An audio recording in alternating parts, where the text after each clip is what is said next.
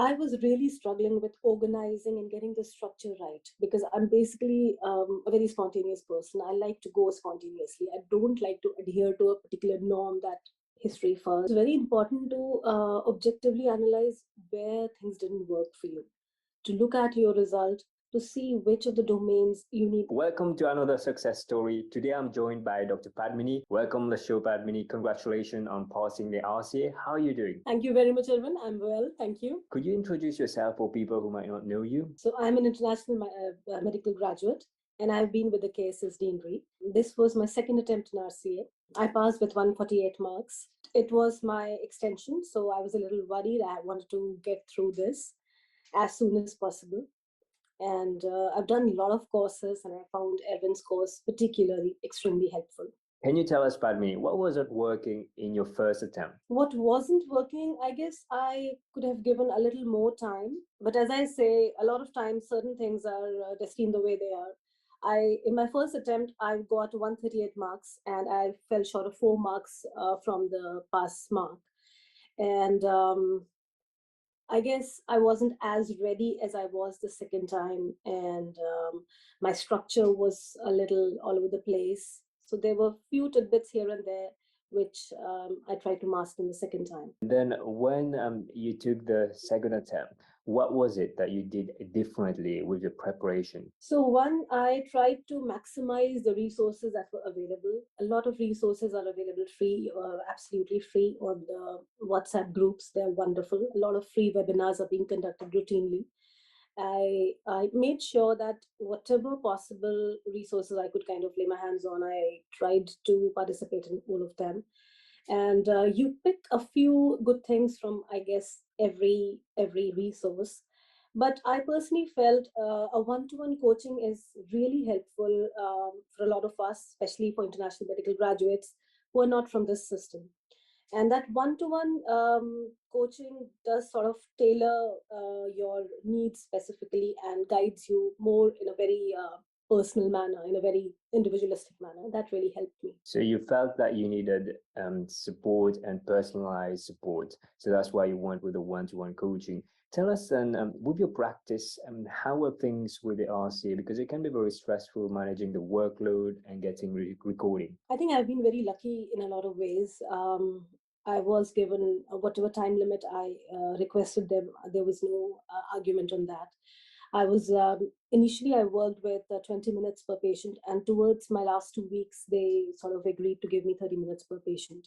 So time was not an issue. The main issue was getting the right cases. The place where I was working had mostly young university patients. So getting, say, a pediatric case, getting an urgent care, getting gynae cases, or getting elderly care, it was quite challenging for me. So how did you end up getting these cases? Especially you need to fulfill the mandatory criteria. Yeah, so that was a bit of a struggle. Getting the mental health cases were actually I would say a cakewalk. They were the first cases I got. But what I maximized, in order to get the cases, what I did was I was actually 80%, working 80%.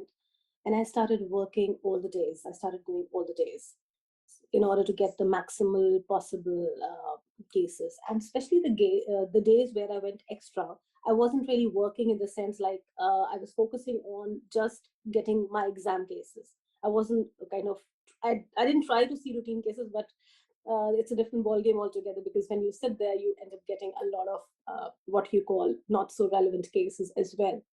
So it is all about, actually, I would say, a lot of patience. You don't get the right cases a lot of times. I struggle with that. On average, how many suitable cases were you getting in a week? That's very debatable, Erwin, to be honest with you. Sometimes I got 4 cases in one day, and sometimes a whole week would go by without getting even one relevant case. So I really can't comment on that. It's very debatable, and it's very subjective. It varies, actually. You can't really expect that the patient sitting in front of you would give you exactly what you want, because this exam is also a lot dependent on the person sitting in front of you. If the person, if the patient is, there's certain things which sort of need to meet the criteria for us to get the tick boxes right. So even if you are doing your very best, a lot of times if the patient is not the right RCA case, it doesn't work. Yeah, that's really important to highlight because there are cases that we have to accept won't make a good RCA and look at another case then, because sometimes I see registrars get frustrated because they're trying to get cases, but they are not getting and they don't know what to do. So you have to go through various number of cases before you can get one that's suitable.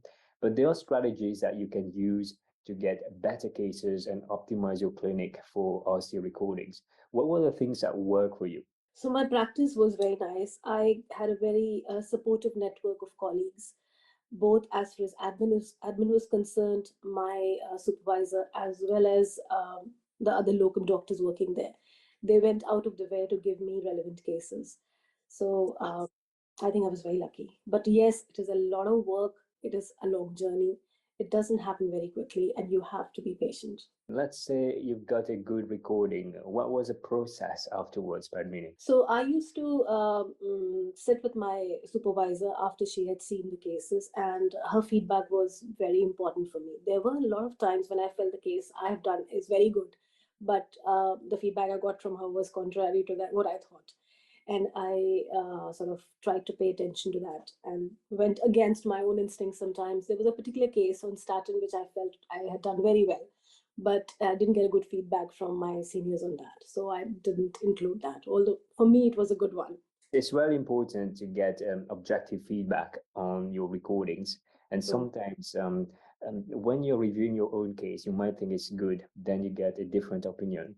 So tell us what was the things that you thought that you didn't really know that was working in your consultation, for example, that statin case, and then what did you learn from the feedback? I was really struggling with organizing and getting the structure right because I'm basically a very spontaneous person. I like to go spontaneously. I don't like to adhere to a particular norm that history first and then the data gathering has to be done first and then examination and blah blah blah.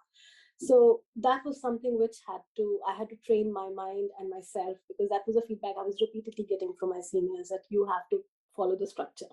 I felt as long as I'm getting the tick boxes right, whatever order I'm following shouldn't matter. But it does matter because when you get the structure right, you are more streamlined and it is far more organized. Absolutely, yeah. So you learned that you had to organize your thoughts and have some structure to your consultation.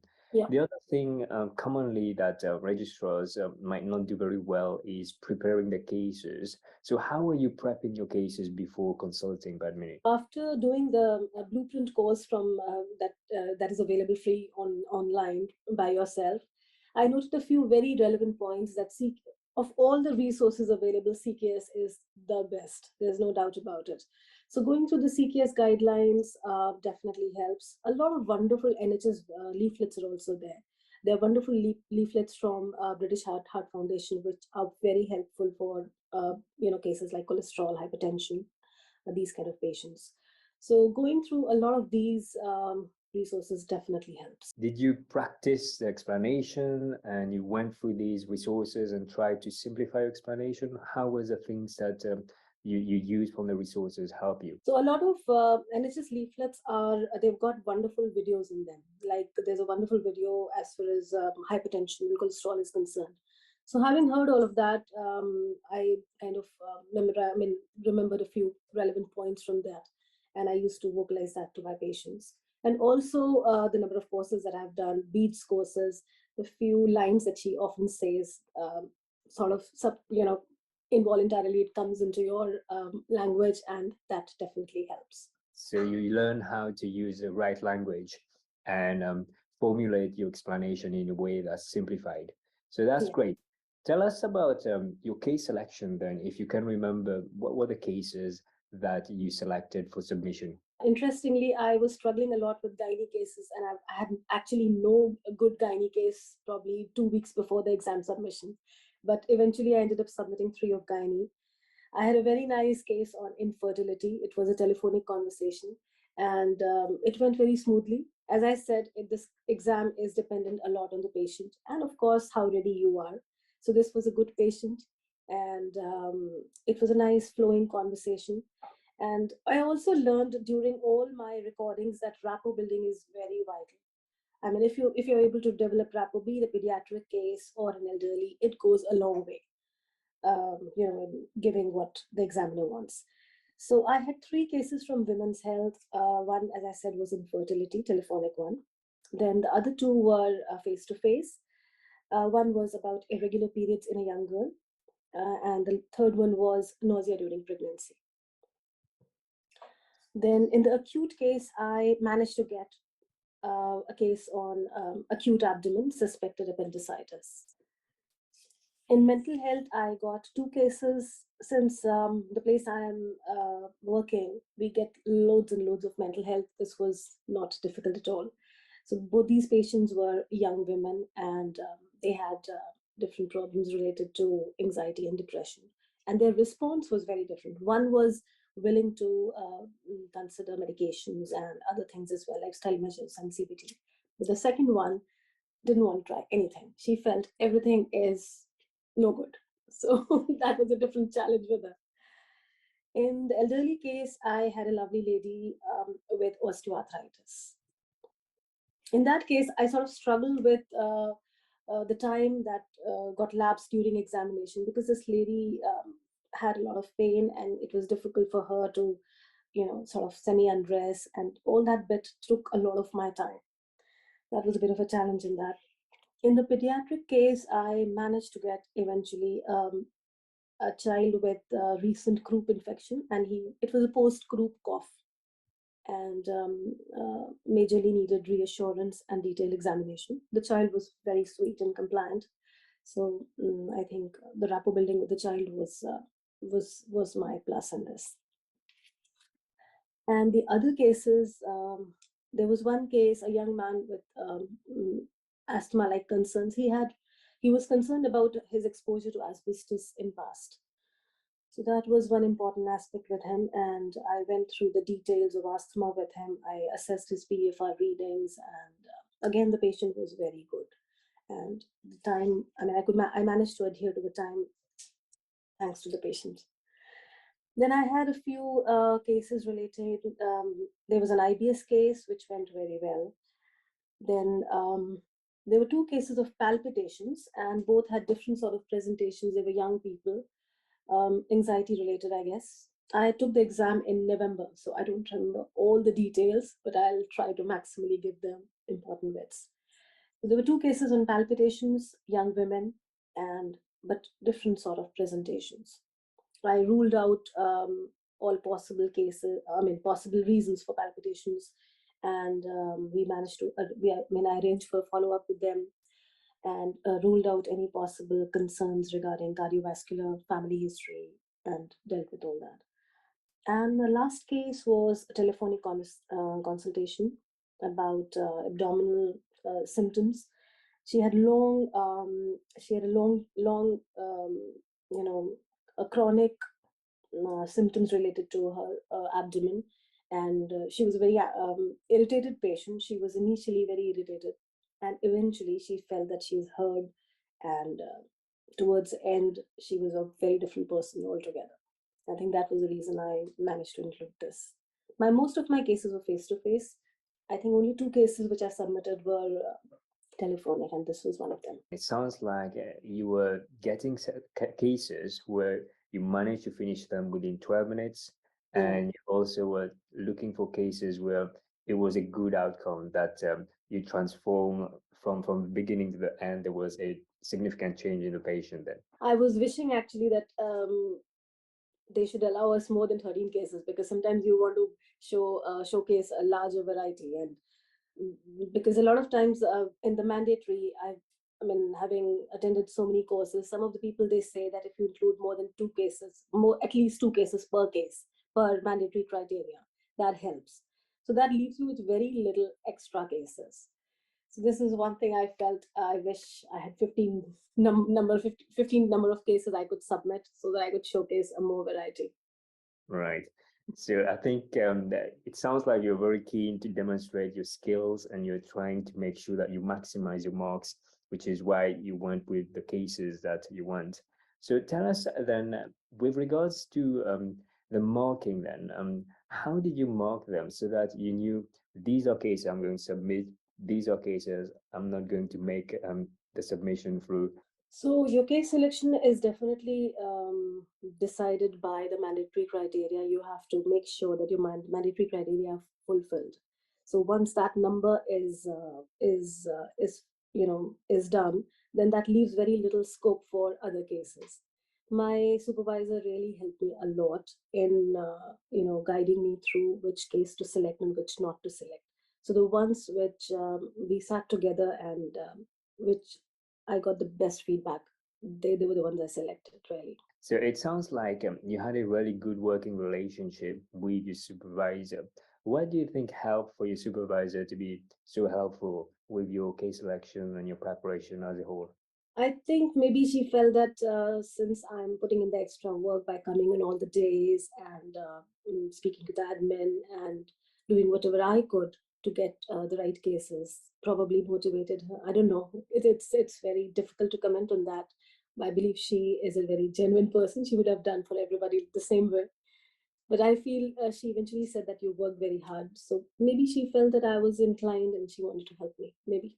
Having worked with you, I can see like you have this enthusiasm and really keen to get stuck and do things, and this is quite contagious. If you're working with somebody who wants to get things done, you will be motivated also to do as best you And can to help that person. thank you so much.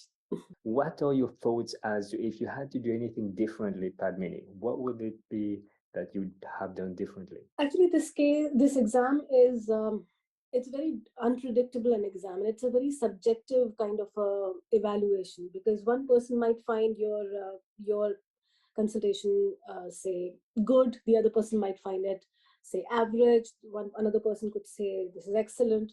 So it is a subjective exam, is my understanding, and you need to give time to for yourself and time to get the right cases. Getting the right cases is a bit painful in here.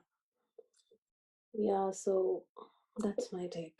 So yeah, getting the cases is almost half of the battle, really. Because if you haven't got the right cases, then no matter how good you are not going to demonstrate that capabilities.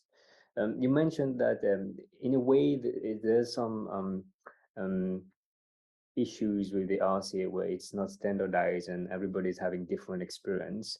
But there's still like the marking schedule. How are you marking it objectively? So I was keeping the three domains in mind, and whenever I was like recording, I was making sure that I'm my data gathering, examination. I mean, I'm fulfilling all the three things because your interpersonal skills sort of gets from A to Z. It is you have to showcase that. There's no separate bracket for it. It's primarily your data gathering and management that you have to make sure that you are including. So I was trying to do that with every case that I recorded. And I think probably that is what really helps during this RCA. We don't realize it. But when we are recording so many cases, when we are sort of making sure that all the domains are, sort of looked into, that sort of prepares us for future really. And that's what I kept in mind always. And I tried to uh, smoothen my interpersonal skills. I mean, from where I started and towards the end, they were very different. So tell us then, if you had to give advice to somebody who just learned that they didn't pass the RCA, had to take it again, what advice would you give to that registrar? I think it's very important to objectively analyze where things didn't work for you, to look at your result, to see which of the domains you needs working on, and definitely not to feel dejected because exams are just exams. I mean, life should go on. One shouldn't get let that affect you emotionally because it, unfortunately, a lot of times you get very emotionally dejected because of these things, and that needs to be. I mean, you have to make sure that you move on and learn from where you started and improve depending on your result and also speaking to your seniors. That's really good advice. Yeah, I think it's so important to bounce back from it and don't let this feel like a failure and learn from that. It's a very painful experience to fail these exams because they're very expensive, they're time consuming, and there's a lot of preparation. It's teamwork, so getting the whole thing again is extremely painful. But yes, such is life. Life may not be fair always. So, with regards to your experience of the RCA, then, in terms of what you've learned and what you've done in the last few months, what is it that you think would be one takeaway from it? A lot of patience, a lot of work, and I guess a lot of reading, a lot of intensive reading, especially the CKS guidelines, and making sure that you are ready, because the patient in front of you is not in your hand. I mean, that's not in your control. What's in your control is how ready you are. So working on yourself. Thank you very much, Padmini, for taking the time to share your story with us. I'm sure that it's going to inspire other IMGs who are sitting the exam. Have you got anything to say just before we wrap up? Well, I'll summarize this by saying that try to maximize all the resources available, loads of free resources available, make use of all of that. And please don't think twice about your money investment as far as good resources like Erwin Kwun is concerned. Go ahead, and I wish all success to my colleagues. Thank you. Thank you very much for watching up until the end. If you've got any questions, please write it down in the comment section. Are you struggling with your consultation skills? Maybe you need help and you want to get constructive feedback. If you'd like to get help, then I'd recommend that you click the link down in the description below to book a free call to see whether we can work together on a one-on-one coaching program. If I think that I can help you, then we can get you on the coaching program. But if I can't help you, then at least you get some insights.